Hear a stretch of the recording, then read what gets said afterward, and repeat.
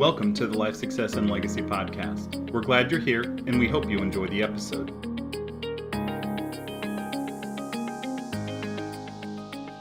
Hey, we want to welcome you back to the next episode of the Life Success Legacy Podcast. I am joined by two Mikes. Mike Crawford, how are you, sir? Pretty great. Yourself? I'm doing well. And Mike Everett, how are you, sir? Super great. Super great. And I'm Chris Bay. Good to be with all of you listeners. Thanks for joining us. We have a pretty consistent group that joins us on a regular basis. Mike Crawford tells us. Mike and I don't really know how to read all that data, but No. Crawford tells us about it. So, guys, have you ever, we're going to talk about, and this was actually a question that came up in one of our recent boot camps. Someone asked about, okay, so you start getting your IBC plan going and it's rolling and you're paying off debt or you're using it for your income snowball or whatever you're using it for, right? Because there's so much flexibility. How do you account for an emergency fund or contingency, right? You might have a personal need. You might be in real estate and you're always keeping your eye out for a good deal. You might have a flip coming up with your income snowball. How do you guys account for those things? So I thought it'd be kind of fun just to talk about personal experiences for ourselves or stories from our clients, anonymously, of course. What are those situations where you might need some emergency fund dollars? Anything come to mind for you guys? Well, I'll just share one that just is happening come Monday. Okay. Every April 15th. Every April 15th, about give or take a month, Mike Everett gets cranky. Oh, buddy, but this year, did I get cranky once? No, not once. I Not think it's once. the first time in all of our years I'm together. telling you, usually around, I want to say March 10th, I start freaking out because my drawers get all tight and because I'm thinking about paying my income taxes because I don't do quarterly income taxes. I store my taxes in a policy that I own. So every year I literally take dollars, just like a quarterly estimate, and I throw those dollars into a policy. So when April 15th rolls around, I've got a bucket of money available to go pay my taxes. Because since we are commissioned, we don't get FICA and We're all not that W-2. stuff. No, we are not. They don't steal that money ahead of time. They allow us the flexibility of just storing our money and then knowing full well that we're going to have to come up with it sometime. Right. So I can tell you it worked absolutely perfectly this year. Actually, it's worked good the last 3 years, but boy, I'm a really slow learner, so I might not have done that prior to that. So that's a really good one right there, though. Yeah, just as a note, I always, whenever I have revenue that comes in, whenever I get paid, I take 25% and I throw it into my policy. Do I need 25%? Probably No. not. But doesn't that pay down my policy loan? And Yeah. isn't that extra available? I know I've got some wiggle room for contingency. Okay. Yep. Mike Crawford, do you have any examples or stories you know about for contingency or emergency funds? Well, I mean, personal experiences. When we started our policies, I went from like all of us, from a W-2 job to a commission job. And, we had, liquidated some assets in order to do so. And it definitely made my wife, who was very organized. Nervous. Regimented. There you go. About the dollars that come in and out of our bank account. And for her, kind of looking forward, it took her a minute to get the whole concept of IBC. In all honesty, it took her a minute. We didn't even have our process back then. So we were just like forced into it, and because of me, and like she was just like along for the ride. So anyway, she needed what Mike. Plus, you just had a kid. Plus, we just had Milo. Yeah, and Mike Everett always calls it the pillow blankie, and Mary needed that pillow blankie for the first almost 3 years, and it was actually meeting with Chris Bay at our old house, where I wasn't invited, by the way, and they had a meeting, and I came upstairs when it was done, and I remember Chris said, "I think she gets it," And it was at that moment that sort of, the contingency fund for us didn't disappear, but it definitely was something that was less important because she and I both were on the same wavelength, that we understood that our policies were that contingency fund, especially after you've matured them a few years. Yeah, that's right. Absolutely. I remember one time at our old house, we came home and we saw water in the garage on the floor, and that's where we kept our extra freezer. Oh, And we're like, oh no. And this was like on a Sunday night, where all the stores are getting ready to close down, and our freezer was not working, and we had all of this meat and stuff that was in there. So, what do? Nobody's got extra freezer space that you can take it over to their house or whatever. So anyway, we called Home Depot and asked if they had any floor models. And we actually rented a Home Depot pickup truck to drive the thing home, bring it home, get it all set up. And then we moved all that stuff over to the new one. Well, how do you pay for that? Right? Well, I always tell, they're always like, what do you do if you've got an emergency? And what I tell people is, tell me what emergency you can't put on a credit card. Sure. And whatever that emergency is that you can't put on a credit card, keep that amount of cash in your savings account. Now, if you can tell me that you can come up with an emergency you can't put on a credit card that's more than a couple $1,000s, I don't know what that is, right? Right. That's what we do. We threw it on a credit card, and then if you're keeping money inside your policy, you just simply take a loan out, and within 30 days, pay off the credit card. Now, we've got some folks, though, that they're leveraging their cash values for investments and things like that. We've got people who are rollers when it comes to real estate, and they're always keeping their eye open, and they want to be able to put a down payment or whatever on a credit card or on a from their policy loan on a property. So those are situations as well. And we always tell people, I mean, we store that money inside our policies. Now, how do we know what those emergencies might be and what their pillow blankie might be? Yeah. That's part of the dream conversation. Exactly. And we ask people, like, when we get a sense that they need that, we say, what number? Even if it's not logical, it may be a totally emotional thing for them, but that is just as important, right? Because we're about lowering anxiety. Right. So what is that number? So Crawford, for Mary back in the day, what would you say was her number? She felt, I just have to have that pillow blankie. I mean, we didn't have a lot of extra cash, but it was probably between $3,000 and $5,000 that she felt she just had to have, visible in the bank account, and, that was a stretch to keep at times during the early years of, me switching into IBC, but also having a new kid and yada, yada.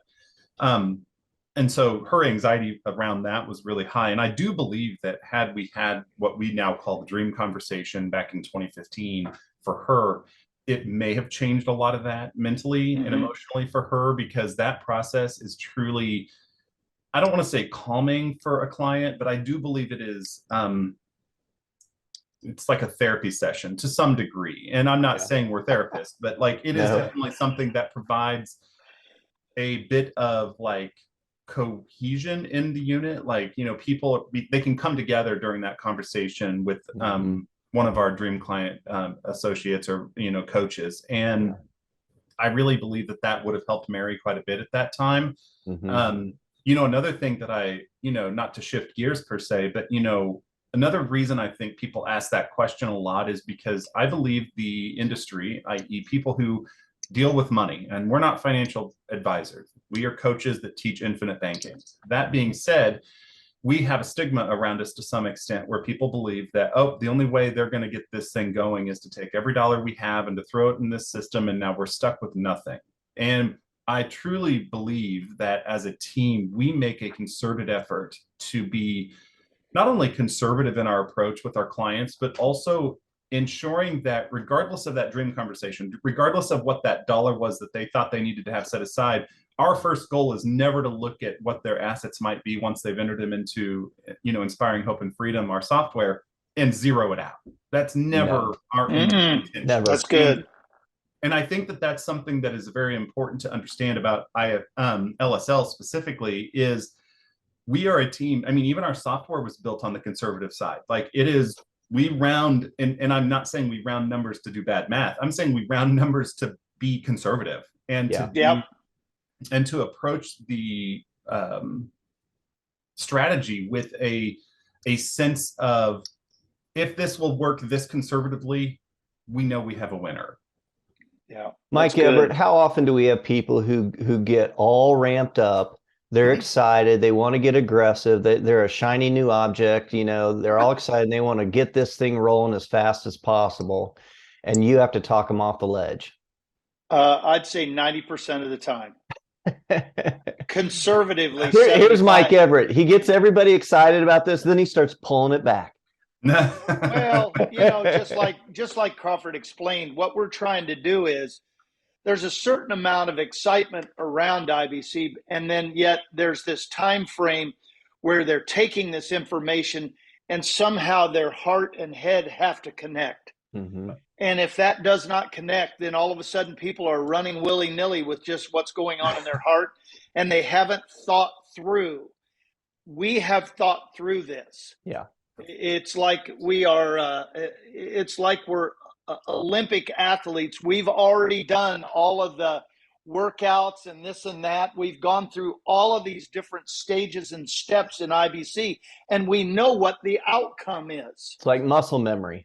It is totally that way. So yeah, it's kind of fun to watch a guy, you know, say, hey, I want to put $100,000 in this thing. And we go, no, you're not going to get to do this. Now, a lot of it is because he doesn't still understand the mechanics of IBC.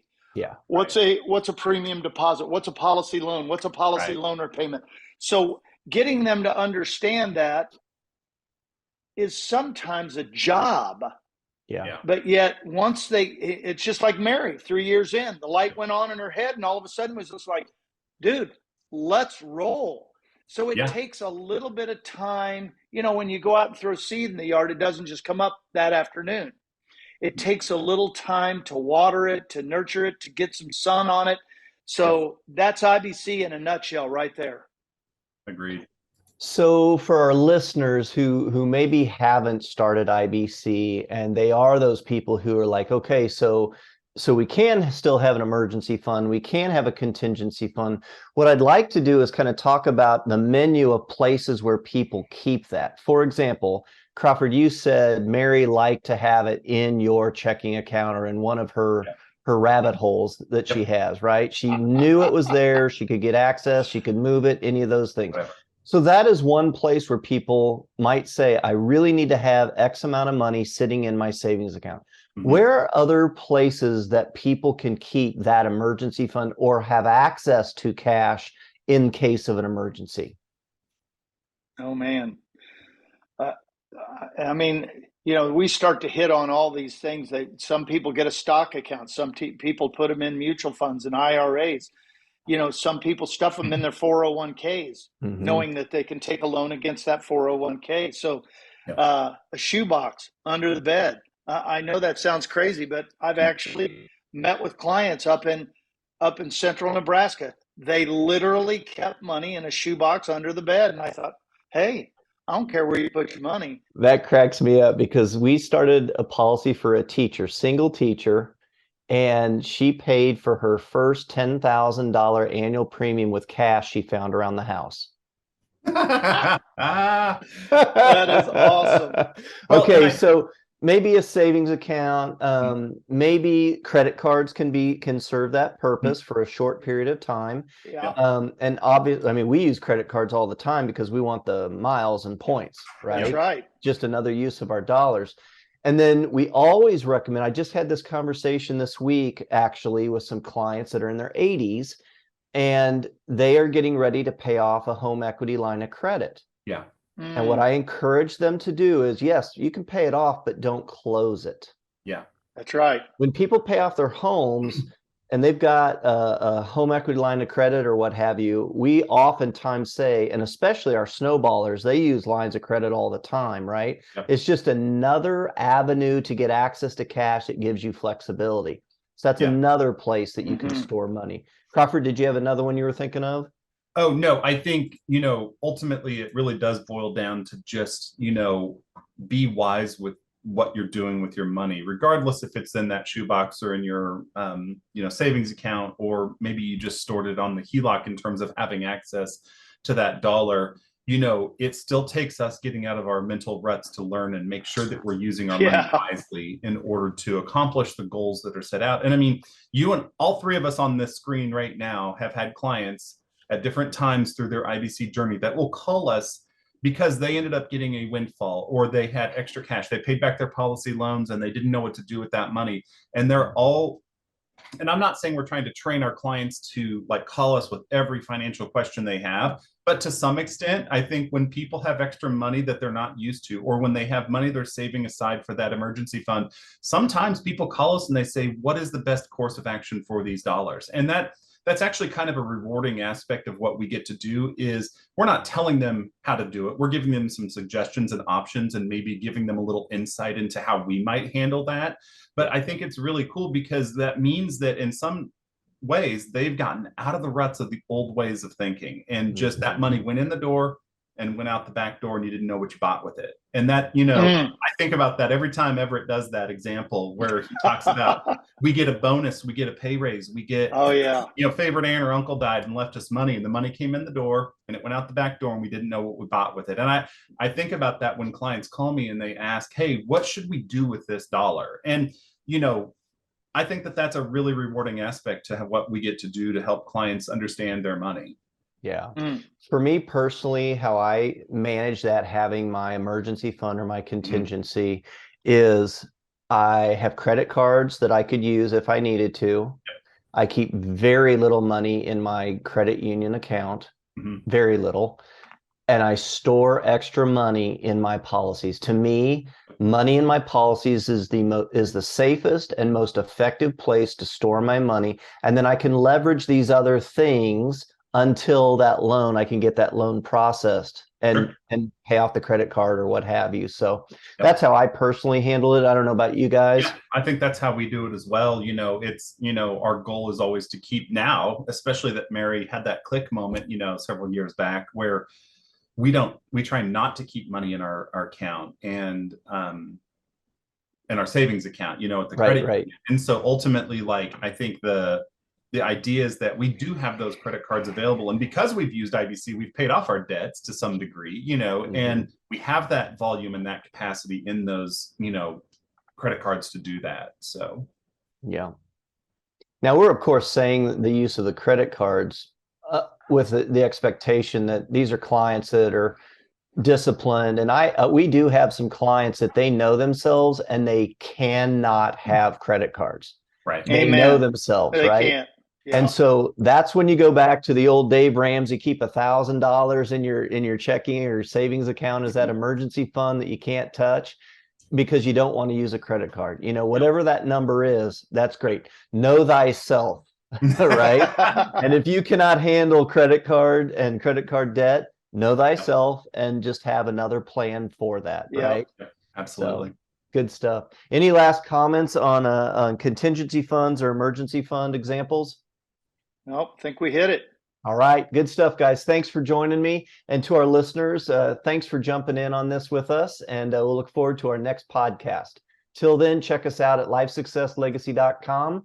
We do have an upcoming boot camp Saturday, April 22nd from 9:30 to 12:30. That is Central Standard Time. You can join us in your PJs and whatever warm morning beverage you like to drink. You don't even have to turn on your camera and just listen in. We have a lot of existing clients that come back and join us for ongoing learning. Check out our other resources that we have on our website as well. Give us a thumbs up, download, comment, whatever you want to do. We'd love to hear from you. Have a great day.